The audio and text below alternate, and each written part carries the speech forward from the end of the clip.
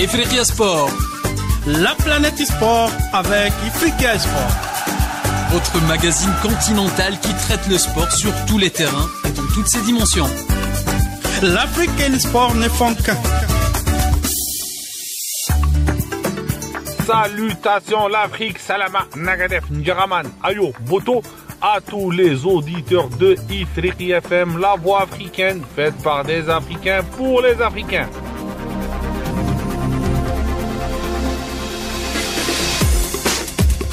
Mes sœurs et frères, bienvenue dans Ifriqiya Sport, votre rendez-vous incontournable pour plonger au cœur du sport africain.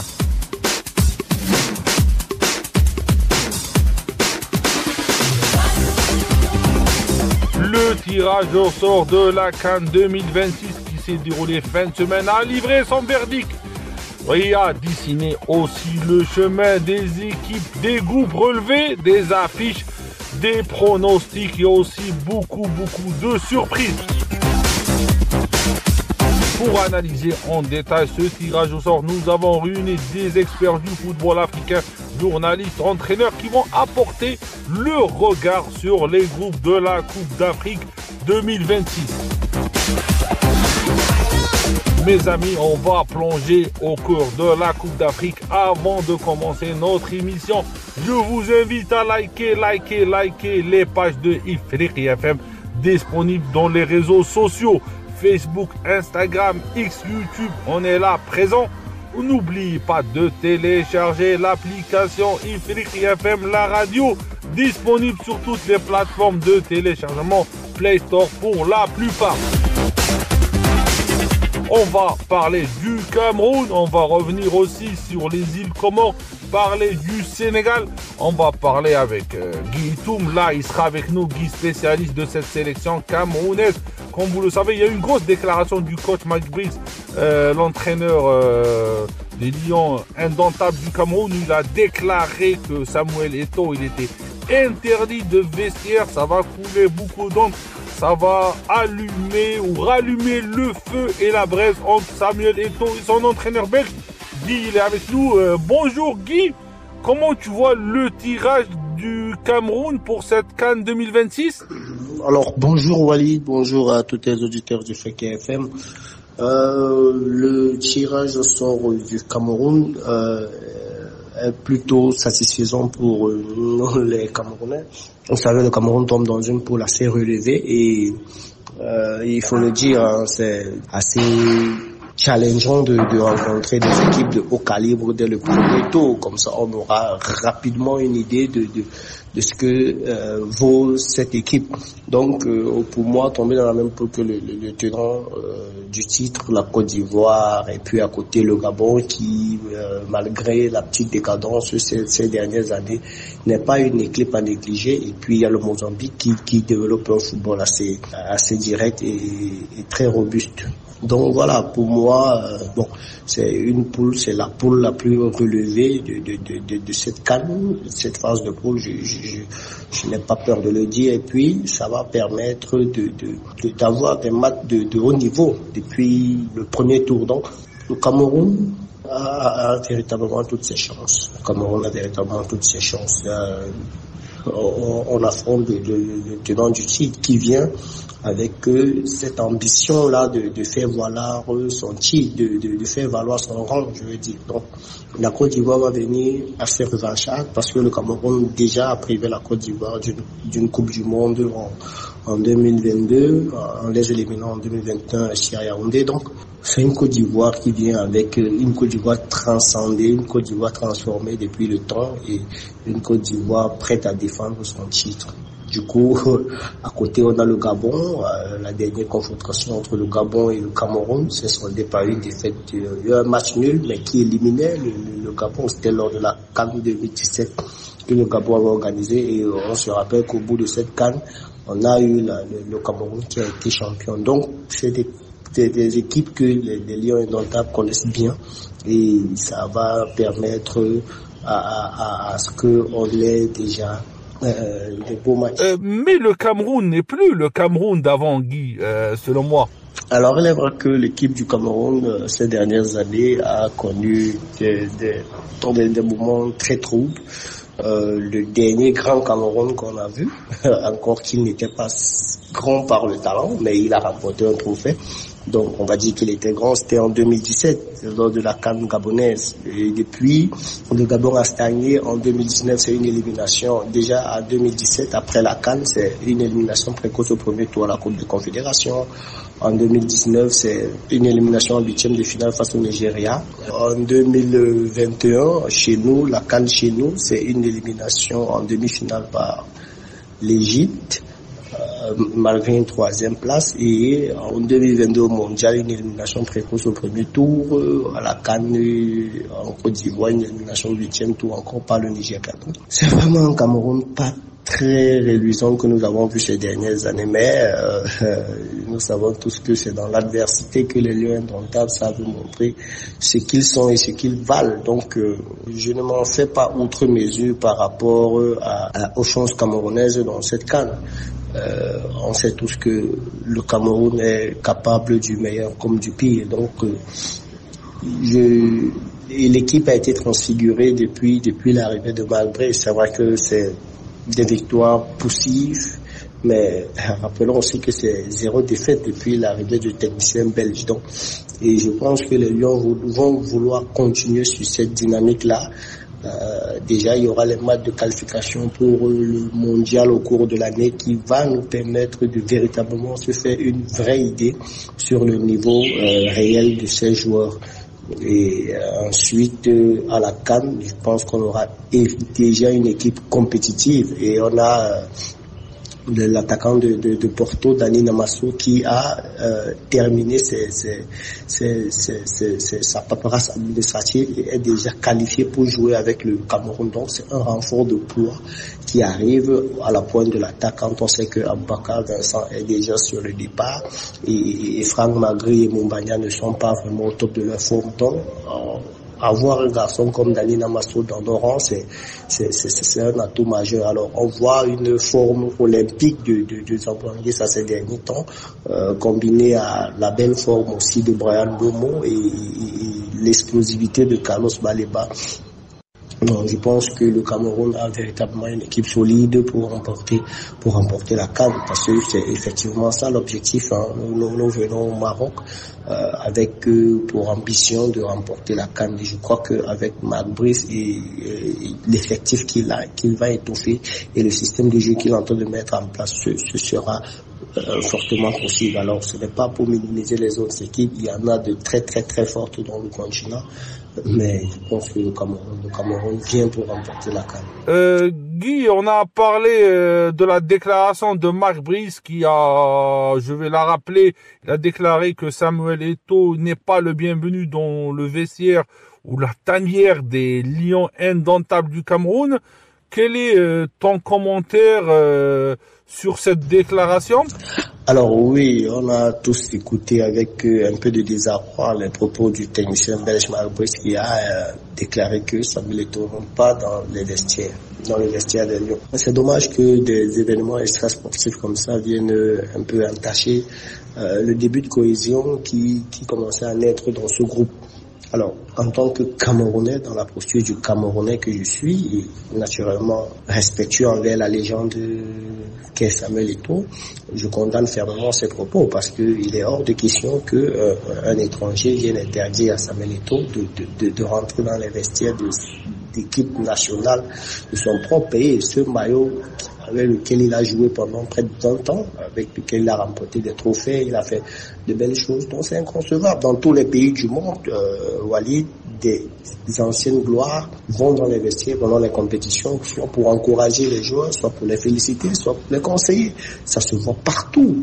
Je crois que même chez vous, en Algérie, ça se fait, en Égypte, ça se fait, en France, partout ça se fait. Donc, seulement de ce point de vue, du fait que, voilà, Samuel Eto'o a le droit, il a la légitimité, il a eu le talent, il a la capacité de motiver ses gars. Seulement pour ça, je condamne cette déclaration. Donc, il est lunaire de venir nous dire que, bon, voilà, Samuel Eto'o ne peut pas entrer dans le vestiaire des Lions indomptables. C'est inconcevable. Ce serait comme dit en France que, bon, voilà, Zidane n'a pas le droit d'accès au vestiaire des Bleus, ou alors au Real Madrid, Zidane ne peut pas entrer dans le vestiaire. Non, ce n'est pas possible. Maintenant, il y a une autre dimension de cette affaire, c'est que Par le passé, on a vu Samuel Eto'o dans la posture de président de la fédération qui allait dans les vestiaires menacer les joueurs. On se rappelle encore tous de cette fameuse vidéo après la victoire face au Burundi 1-0 où il descend dans le vestiaire, main dans la poche et il tient ce discours: je ne suis pas content, personne n'a sa place assurée. Bon voilà, ce genre de choses est regrettable et je pense que c'est à partir de ça que Marc Brice dit que lui, il n'a pas besoin de quelqu'un qui va venir mettre un stress supplémentaire sur ses joueurs. Peut-être sur ce point de vue, cette déclaration est compréhensible. Voilà. Maintenant, une autre grille de lecture, c'est qu'aucun joueur jusqu'ici n'est monté au créneau pour dire à Marc Brice que bon, voilà, hey, monsieur, vous arrêtez ça. Samuel Eto'o est notre grand frère, il est une légende et il a le droit d'entrer dans les vestiaires de parler. Si aucun joueur ne dénonce cela, bon, ça va. Ça veut dire que quelque part, les joueurs eux-mêmes sont d'accord avec ça, que ils ont été un peu frustrés par le temps de voir Samuel Eto'o chaque fois entrer dans les vestiaires et leur donner des invectives. Donc il y a cette autre dimension-là, mais globalement, je continue de penser que non, c'est maladroit de la part de Marc Brice de faire ce genre de déclaration. Samuel Eto'o est légitime pour entrer dans n'importe quel vestiaire. Est-ce que tu penses que ce genre de déclaration, ça va déstabiliser le groupe du Cameroun? Non, je ne pense pas que cette situation pourrait déstabiliser outre mesure les performances des joueurs. On se rappelle tous qu'au pic même de cette crise, en juin dernier, au moment où il y avait 2 staffs, 2 hôtels, des gens se bagarraient, il n'y avait pas de maillot, il n'y avait pas d'équipement, il y avait tous ces problèmes-là. Les gamins se sont entraînés dans les conditions les plus difficiles, sans bus, sans rien, et puis ils sont allés battre le Cap-Vert 4-1. Donc ils ont transporté tous ces problèmes-là et leur réponse a été sur le terrain. Je pense que c'est comme ça que ces gamins ont appris à gérer ces problèmes-là. Ils ne se mêlent pas techniquement, ils ne se mêlent pas directement de ces problèmes entre personnes, entre 2 institutions, la fédération et le ministère des Sports, le staff technique et Samuel Eto'o. Ils ne se mêlent pas directement. Eux, ce qu'ils font, c'est que ils répondent sur le terrain. Allez, par leur manière de montrer, ils disent que bon, voilà, nous, tout ce qu'on veut, c'est jouer au ballon. Alors, si vous nous permettez de le faire, on va le faire. On vous montre qu'on peut le faire. Donc maintenant, vous, en dehors là-bas, arrangez toutes vos conneries là, et puis nous, on va jouer et on va faire le travail sur le terrain. Je pense que c'est comme ça que eux, ils participent à ce conflit-là, en répondant sur le terrain, en faisant le travail. Donc non, je crois que déjà, il va falloir régler cette tension-là avant la CAN, parce que il serait somme toute ridicule d'arriver en terre marocaine et d'afficher autant de problèmes dans une sélection où on va venir avec une pléthore de personnes, d'autres auront accès à l'hôtel, d'autres pas à l'entraînement, il y aura ici, il y aura ça, l'entraîneur sera tiré avec le président de la fédération. Non, je crois que à un moment, il va falloir que tous ces acteurs-là s'asseyent autour d'une table, ça bien avant la CAN, parlent et mettent leurs différends de côté, parce que au final, tout ce qui compte pour nous, c'est l'équipe nationale et ce drapeau-là qui nous est cher. Donc, je pense que non, il y aura pas de possibilité de déstabilisation de l'équipe. Si les problèmes persistent, les joueurs vont persister avec de belles performances. Et si ça s'arrange, tant mieux et les performances seront encore meilleures. Merci.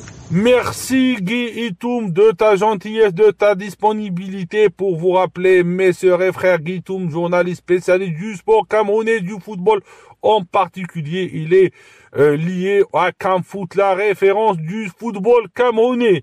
De Guy, direction le Sénégal, Aruna Dramé, il est avec nous pour nous parler des Lions de la Teranga, la terre de l'hospitalité, entraîné par Pape Thiaw, notre ami Aruna. Bonjour, comment tu vois le tirage des Lions de la Teranga? Bonjour Walid, bonjour à tous les auditeurs d'Ifriqiya.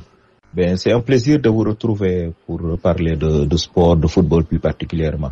Alors, vous me demandez par rapport au groupe du Sénégal pour la CAN 2025 qu'il partage avec la RD Congo, le Bénin et le Botswana. On dit que c'est un groupe piège et aussi que c'est un groupe qui est à la portée des Lions. C'est très certainement un groupe à la portée des Lions, mais aussi un groupe piège. Je pense que les deux postures sont valables. Parce que ce sera pas facile, c'est des matchs de poule, toutes les équipes se valent. On sait que le niveau du football africain a tendance un peu à s'équilibrer, qu'il n'y a pas d'équipes qui sont très nettement au-dessus des autres, qu'il faudra être prêt tant physiquement que tactiquement. Être au rendez-vous pour gagner les matchs. Je pense que le match le plus difficile pour l'équipe du Sénégal, ce sera contre la RD Congo, une équipe avec laquelle le Sénégal partage sa poule de qualification pour la Coupe du Monde 2026. Au match aller ici même à Dakar, il y avait eu un match nul, un but partout, et le match retour se jouera probablement au mois d'octobre 2025, donc quelques semaines avant le début de la CAN. Disons que ce sera le match le plus difficile, mais le Bénin et le Botswana restent des adversaires de taille, des adversaires qu'il faudra pas négliger, qu'il faudra prendre très au sérieux pour pouvoir éviter justement le piège dont vous parlez, Walid. Ce seront 3 matchs difficiles, 3 finales, parce qu'on sait qu'à la CAN, chaque match est une finale. Maintenant, pour la qualification au second tour, je pense que ça devrait passer pour le Sénégal. Parce que dans une configuration comme celle qu'on a maintenant, avec des groupes de 6 groupes de 4 où les 2 premiers se qualifient et les 4 meilleurs 3e, forcément, si vous n'êtes pas dans les 2 premiers, vous avez quand même beaucoup de chance en gagnant ne serait-ce qu'un seul match de pouvoir justement vous hisser au second tour. Le changement du coach a donné quoi dans cette équipe du Lion de la Teranga? Alors, le changement de coach avec le départ de Cissé et l'arrivée de Pape Thiaw. Effectivement, la tendance, c'est une évolution tactique. On a vu qu'Aliou Cissé a souvent privilégié depuis la CAN en Côte d'Ivoire le 3-5-2. Bon, ça n'a pas trop été apprécié par le public ou en tout cas les analystes sportifs ici au Sénégal. Les spécialistes de foot ont souvent critiqué Cissé en estimant que le profil de joueur qu'il avait ne correspondait pas vraiment à ce schéma tactique-là. On a vu une évolution à ce niveau-là avec Pape Thiaw qui mettait les joueurs véritablement à leur poste en jouant en 4-3-3 ou en 4-2-3-1.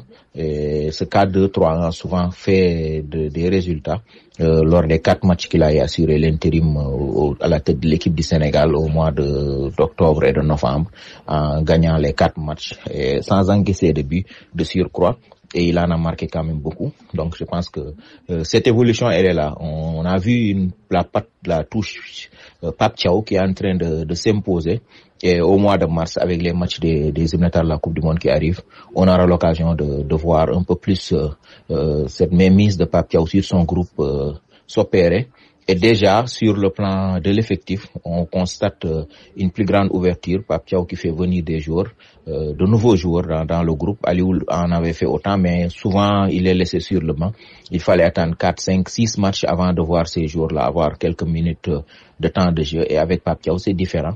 Les nouveaux arrivants ont quand même eu à profiter de quelques minutes de jeu pour pouvoir justement prendre leur marque, s'imposer dans ce groupe-là. Donc l'évolution tactique, c'est sûr qu'elle sera là d'ici la CAN. Et l'ouverture du groupe aussi, l'équipe nationale du Sénégal devrait avoir un visage nouveau par rapport aux joueurs qui sont là, l'effectif qui est là actuellement. D'ici le mois de décembre, je pense qu'on aura 5 nouvelles têtes qui vont arriver. Déjà, on parle de Yehvan Diouf, le gardien de Brest, de Reims en France, qui a donné son accord et qui très probablement viendra renforcer la cohorte des gardiens de but déjà présents dans ce groupe du Sénégal. Sénégal favori, alors? Walid, le fait est que le Sénégal, de ces dernières années, à chaque fois qu'il va à la CAN, il est dans la posture d'un favori. Il y va toujours pour chercher à gagner, parce que l'effectif du Sénégal, l'aura que cette équipe-là a, les joueurs qui composent ce groupe-là, font que forcément le Sénégal est toujours dans la peau du favori. Et il reste un candidat effectivement sérieux au titre. Maintenant, les circonstances, les conditions font que souvent il faut y aller avec prudence parce qu'il y a d'autres adversaires de taille qui seront là, qui ont pour objectif aussi de gagner. Les favoris de mon point de vue sont assez nombreux. Le premier pour moi c'est le Maroc, qui organise, qui accueille la CAN, qui est la meilleure nation africaine au classement FIFA, qui est demi-finaliste de la dernière Coupe du Monde, qui a un effectif qui a évolué qualitativement ces dernières années, pour ne pas dire ces derniers mois, avec des renforts quand même de très haut niveau. Donc le Maroc sera, de mon point de vue, le super favori de sa propre CAN. Il y a l'Algérie qui a un effectif aussi, qui a gagné la CAN 2019, qui n'a pas été très rayonnant à la CAN 2024 en Côte d'Ivoire. mais qui a quand même un groupe et un staff capable de relever le défi, d'aller chercher une nouvelle étoile. Il y a le Côte d'Ivoire qui est champion en titre, dont il faudra beaucoup se méfier. Mais à côté de ces sélections, je pense qu'il y a quand même le Sénégal qui reste un candidat sérieux, un candidat naturel à la victoire. Je sais que ce sera pas facile, mais de mon point de vue, ces 4 équipes-là, on devrait pouvoir les retrouver dans le carré des demi-finalistes. Peut-être aussi qu'il y a des équipes dont on parle moins, mais dont il faudra se méfier et auxquelles il faut prêter attention. À l'instar de l'Égypte, qui, de mon point de vue aussi, a un effectif qui lui permettra peut-être de rêver d'un nouveau titre. Et donc peut-être un peu le Cameroun, mais pour moi c'est moins clinquant, moins fringant que les autres équipes, 5 ou 6 autres équipes que j'ai citées. Pour moi, je vois une nouvelle ou un nouveau état d'esprit dans cette sélection. Est-ce que tu as constaté la même chose? Bon, effectivement, de ce qu'on a vu ces derniers mois, ces dernières semaines, on sent qu'il y a un nouvel état d'esprit, qu'il y a un regain de forme pour un certain nombre de joueurs. Des cadres de l'équipe, à l'image de Idrissa Gana Gueye, de Sadio Mané, de Edouard Mendy, qu'on a retrouvé au niveau où on les avait laissés lors de la CAN 2021, que le Sénégal avait gagné pour son premier sac. Donc il y a cette expérience-là qui est là avec les anciens, qui retrouvent leur meilleure forme. Mais à côté, il y a ces jeunes talents-là, à l'instar de Abdallah Sima, de Habib Diarra, qui s'imposent et qui montrent quand même quelque part qu'il y a cette jeunesse-là qui arrive. Vous verrez que des Lamine Camara vont être quasiment les patrons de cette équipe-là au milieu de terrain. À 20 ans quand même, ce jeune joueur a marqué les esprits. Et donc forcément, il y a un état d'esprit, un groupe soudé, beaucoup d'affection entre les joueurs, de respect aussi, et un engagement commun dans une certaine dynamique qui fait que le coach a pu quand même surfer sur ce qu'Aliou Cissé avait laissé, renforcer cet état d'esprit-là et créer un nouvel ADN du football sénégalais, de la sélection nationale, qui fait que on a espoir et on voit que ça prend la mayonnaise. Pape Thiaw est très bien soutenu par ses joueurs et quelque part c'est ça qui est important aussi. Le groupe est très soudé, très solidaire, et quand vous allez à une compétition comme la CAN, c'est, je pense, des ingrédients nécessaires pour aller au bout. La solidarité, l'esprit famille, l'esprit combattant, chacun prêt à se sacrifier pour l'autre. C'est ça qu'on retrouve au sein de cette équipe du Sénégal, et c'est assez rassurant pour nous autres Sénégalais de voir que cet état d'esprit qui nous a permis de remporter le titre en 2021 au Cameroun, et de nouveau en retour et de nouveau ce qu'on constate dans cette tanière-là, malgré après quelques mois où quand même il y a eu quelques flottements. Là, on retrouve vraiment cet esprit guerrier-là. Ce qu'on appelle ici chez nous le Demba Dia, c'est-à-dire tout donner, aller jusqu'au bout, s'engager, ne rien lâcher et essayer d'obtenir toujours le meilleur, c'est-à-dire la victoire. Merci Harouna, tu veux rajouter quelque chose, de préférence en Wolof? Bon, pour vous remercier aussi, en Wolof, je vous dis jërë ngeen jëf, ñoo ngi dox dig daje beneen yoon, xool naka la football Afrique bi toll. maa ngi nuyu ñëpp waa Algérie di leen ñaanal yàlla mu may leen tawfiq. Merci à Harouna Dramé, Harouna, journaliste spécialiste de la sélection des Lions de la Teranga du Sénégal. Du Sénégal, on va avoir avec nous Stéphano Cousine, Stéphano, entraîneur national, sélectionneur des îles du Comore, les îles du Comore qualifiées, les îles du Comore avec une très très bonne place pour la qualification aussi à la Coupe du Monde 2026 qui sera aux États-Unis, au Canada et au Mexique. Stéphano, il est avec nous. Bonjour Stéphano, un mot sur le tirage au sort de cette CAN 2026. C'est vrai que c'est un tirage difficile parce que être tombé dans le groupe A avec le pays hôte, le Maroc, qui est un pays qui a quand même fait une demi-finale de Coupe du Monde, qui a battu l'Espagne, le Portugal, et qui a des joueurs qui évoluent au Paris Saint-Germain, comme Hakimi, qui est certainement le meilleur arrière-droit du monde, Ibrahim Diaz, Real Madrid, etc., Amrabat, etc. Bon, c'est une équipe super, avec des joueurs super, qui a une expérience extraordinaire, un très bon entraîneur. Donc, mais le problème, c'est que les autres aussi sont forts, parce que le Mali a balayé tous ses adversaires. Le Mali, c'est une grosse équipe. Ils ont Bissouma du Tottenham, etc. C'est une grosse équipe. Et la Zambie, qui est arrivée première de sa poule, qui a battu la Côte d'Ivoire, championne d'Afrique. Donc, vous imaginez, on a pratiquement 3 adversaires qui et que durant les qualifications, si je me trompe pas, le Maroc a marqué 26 buts en 6 matchs.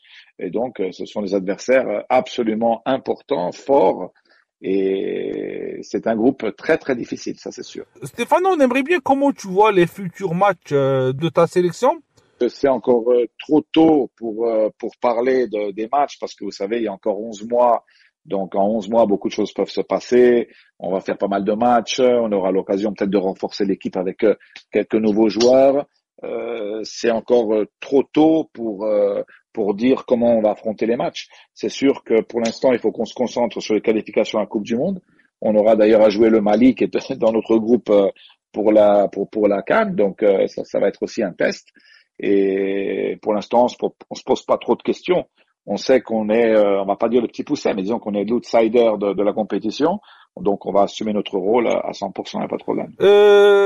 On a vu une évolution. Explique-nous cette évolution au sein de cette équipe des îles de Comores. Quand j'ai pris l'équipe, il faut déjà comprendre que l'équipe venait d'une non-qualification à la CAN en Côte d'Ivoire. Donc, ils avaient battu seulement les Lesotho. Donc, c'était une situation assez difficile. Il a fallu reconstruire une nouvelle équipe avec une nouvelle génération de joueurs. Notre objectif à nous, on l'a déjà atteint parce que c'était d'être présent à la CAN. Donc, notre objectif, on l'a atteint. Maintenant, tout ce qui arrive en plus, c'est du bonheur. Pour nous, c'est important, vu qu'on est en construction, faire des matchs de ce niveau-là qui nous permettent d'élever notre niveau, de nous confronter avec les meilleurs et de faire de l'expérience pour le futur parce que notre projet s'arrête pas à la CAN 2025. Notre projet, il continue au-delà. Donc, on va les affronter match par match, compétition par compétition, avec le respect pour tout le monde, mais la crainte de personne. Ça, je pense que c'est l'état d'esprit des joueurs et du staff. Donc, il y a pas de problème là-dessus. Merci Stéphano, merci, salutations à toute la diaspora comorienne qui nous écoute, la diaspora comorienne très très implantée en Europe. On les salue, salutations à cette équipe du Comore.